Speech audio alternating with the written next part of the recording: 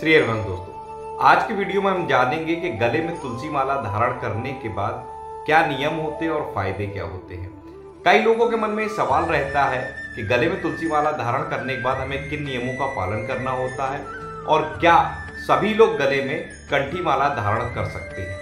तो आज की वीडियो में आपको फुल डिटेल देने वाला हूं कि तुलसी माला धारण करने के क्या नियम होते हैं, क्या फायदे होते हैं और क्या हमें करना चाहिए, क्या नहीं करना चाहिए। वीडियो में शुरुआत से लेकर अंत तक बने रहिएगा। वीडियो पसंद आए तो लाइक करिएगा, चैनल पर नए हैं तो लाल वाले बटन दबा के सब्सक्राइब कर लीजिए, बगल में जो बेल नोटिफिकेशन उसको ऑल पे सेट कर दीजिए ताकि आगे भी जो वीडियो अपडेट किए जाए ऐसी जानकारी से भरे हुए उसकी नोटिफिकेशन सबसे पहले आप तक पहुंचे। चलिए वीडियो में अब आपको मैं बताता हूं कि क्या हमें नियम करने होते हैं कंठी माला धारण करने के बाद। तो दोस्तों देखिए, गले में तुलसी माला सभी लोग धारण कर सकते हैं, चाहे हमने गुरु दीक्षा ली हो या ना ली हो। जो लोग दीक्षित हैं वो तो कंठी माला धारण करते ही करते हैं, जो दीक्षित नहीं है वे लोग भी गले में कंठी माला धारण कर सकते हैं। बस हमें किन चीजों का ध्यान रखना है। सबसे पहली चीज, अगर आपने गले में कंठी माला धारण कर रखी है जैसे मैंने कर रखी है तो आपको कुछ अभक्ष पदार्थ नहीं खाना है, जैसे मीट, मांस, अंडा, ये सारी चीजें आपको त्यागनी होंगी, ये नहीं आपको खानी है। दूसरी चीज क्या होती है, अभक्ष पेय पदार्थ आपको नहीं ग्रहण करना है, यानी कि कोई नशीली वस्तु आपको नहीं पीनी है। साथ ही में अगर आपने कंठी माला धारण कर रखी है तो आपको पान, बीड़ी, सिगरेट, तंबाकू, ये मसाले वगैरह इन सब चीजों का त्याग करना होगा, तो ही आप तुलसी माला को धारण करिए। अब इसके साथ में अगर आपके गले में कंठी माला धारण है, वृंदा देवी आपके गले में है, तो अगर आपने गलती से कुछ गलत चीज खा ली, अभक्ष पदार्थ की बात नहीं कर रहा हूं, कुछ अगर गलत चीज आपने खा ली तो भी वो चीज आपके गले से उतरते ही प्रसादी बन जाएगी, क्योंकि आपके गले में वृंदा देवी विराजमान है।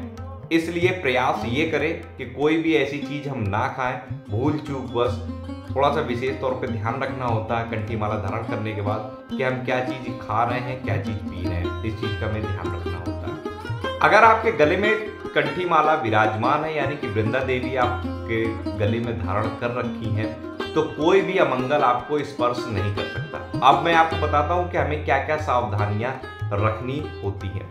जैसे आपने देखा होगा कि मरण या सूतक हो जाता है किसी के यहाँ, तो ऐसे में जाया नहीं जाता। दूसरी चीज, मरण या सूतक का जो खाना होता है जिसे तेरही या तीजा वगैरह कहते हैं, कुछ लोग करते हैं, तो उस खाने को आप नहीं खा सकते हैं। 13 दिन के बाद अगर ब्राह्मण भोज वगैरह करा दिया जा चुका है तो 13 दिन के बाद आप उस घर का कुछ खा सकते हैं, लेकिन जो उस प्रोग्राम, कार्यक्रम, जो उत्सव होता है तेरही वगैरह का, उस दौरान जो उसमें खाना पीना किया जाता है वो आप नहीं पा सकते हैं। इस चीज का आपको विशेष तौर पर ध्यान रखना होगा।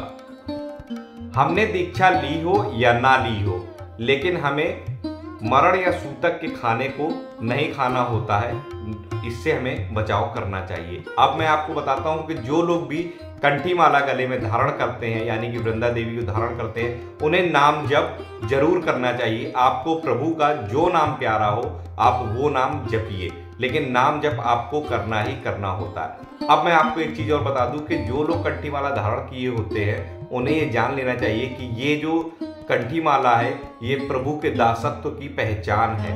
जो लोग भी देखेंगे हमारे गले में कंठी माला तो ये जान जाएंगे कि प्रभु जी के दास हैं। तो हमें नाम जप करना ही करना है। जैसे एक माफ करिएगा, जैसे एक विवाहिता स्त्री की पहचान होती है उसके गले का मंगलसूत्र, इसी तरह से हमारे गले की जो कंठी माला ये हमें बताती है कि हम प्रभु के दासत्व से युक्त हैं, हम प्रभु के दास हैं और यही हमारी पहचान है। तो इसकी मर्यादा हमें बना करके रखनी होती है और हमें ये ध्यान रखना होता है कि कंठी माला अगर हमारे गले में धारण है तो हमें कहीं गंदे स्थान पे नहीं खड़ा होना है। गंदी चीज़ों का जहाँ खरीद फरोख्त होती है उस स्थान से हमें बचना है।